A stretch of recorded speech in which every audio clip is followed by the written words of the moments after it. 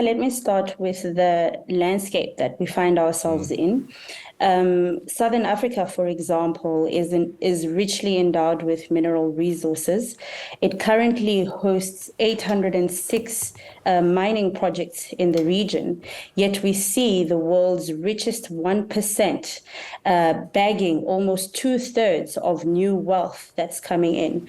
And within that context, I think the Alternative Mining Indaba provides a space for communities to come and share in their views, in their lived experiences in terms of the impacts that mining has had on their livelihoods, but as well as to create a space that enables communities to co-create solutions together in terms of addressing the issue.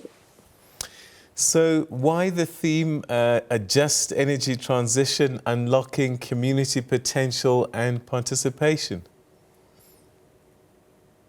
Well, Peter, in the context of crippling levels of the energy crisis that we face in South Africa, we've also realizing that the debate around the just transition is at disparaging levels across countries.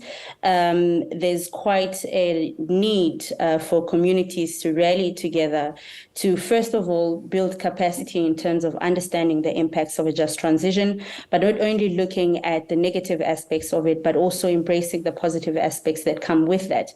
Now, to have this conversation start with communities who have not been officially linked to the energy grid and having to discuss now what this means for mine-affected communities as we transition away from fossil fuels and more into renewable energies would require concerted efforts, both from the part of civil society, governments, as well as the private sector, in terms of ensuring that the just transitions that we're embarking on, not only in South Africa, but the region, is socially inclusive. And this, I believe, has to take into consideration that community voices need to be put at the center of the debate and less exclusive. Right now, we have the African Mining Indaba taking place, yet year on, we see with minimal representation of communities.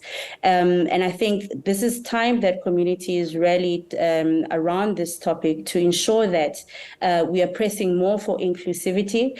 We are pressing more for communities to engage and understand the issues that are being discussed at that high level, but as well as to, as we inform public discourse, as we engage in policy formulation processes, how are we ensuring that community voices come to the fore, particularly those of women and young people who are most impacted by the consequences of a just transition, such as the escalating levels of unemployment, the high levels of poverty and inequality. And I guess the debate as we see it now should take into consideration how we are incorporating those alternative views in policy making and how we are moving beyond just public relations exercises, but rather engaging with communities in terms of the lived realities that they are facing.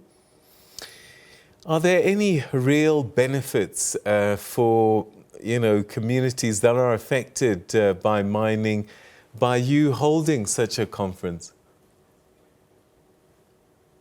Absolutely, Peter. I think, first of all, the most important aspect is raising and amplifying those community voices. I think this platform for the past 14 installations has really created a space where communities can actually engage and learn from each other's experiences, but not only from a South Africa perspective, but also from a regional perspective. Secondly, is that the space also encourages learning and exchange and insights from development practitioners the world over who also participate in such processes.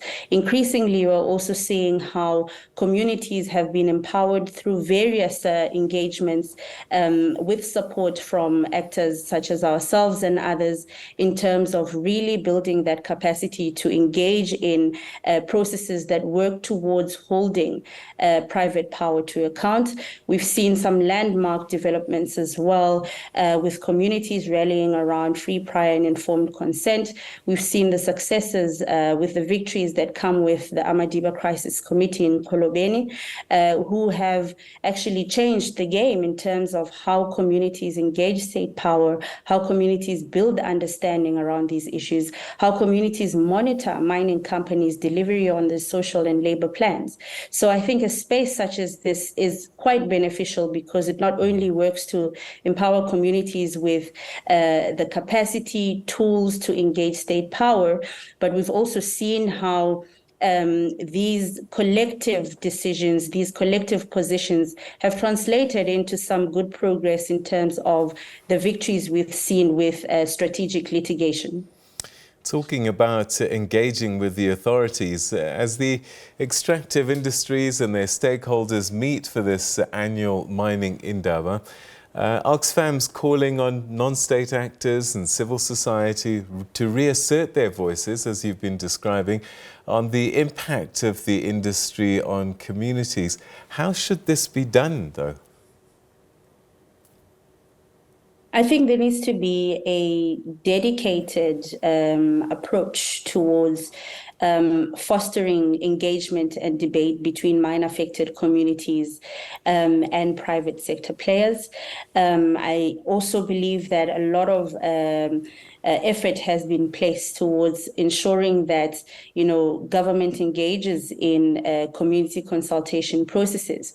But I think to move us a step beyond box-ticking exercises around consultations is how do we envisage an African Mining Indaba that incorporates deliberations that include communities as well? How do we ensure that we're not having one-sided conversations that only deal with private sector and government interests and less of communities? I mentioned earlier on that it's quite striking to see that the world's richest 1% is bagging a third of this amount. Even when we look at development financing in terms of how it's channeled to the continent as well, it's not even scratching the surface. So how are we having those difficult conversations? How are we cultivating communities as well to be able to stand their ground in amplifying their voices through engaging in these platforms that we wouldn't ordinarily find ourselves in? And I think the time is now where we're starting to interrogate the processes held by the formal Indaba to say it needs to be more inclusive.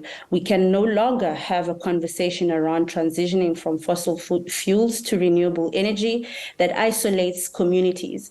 I think we need to be more robust and more deliberate in our positioning that communities need to be at the center of the just transition debate. Climate change impacts have had severe consequences for food security, not only in the country, but in the region as well. Energy poverty as well has actually caused a lot of destitution as well. And in the midst of that in South Africa, we have a crippling energy crisis that only sees us witness price hikes in electricity, but also the Russia-Ukraine crisis has also fostered an environment that continues to put our marginalized communities at the end of the stick. So I think the most important part and calls that we should be making right now is giving space to community voices and ensuring that community voices inform the deliberations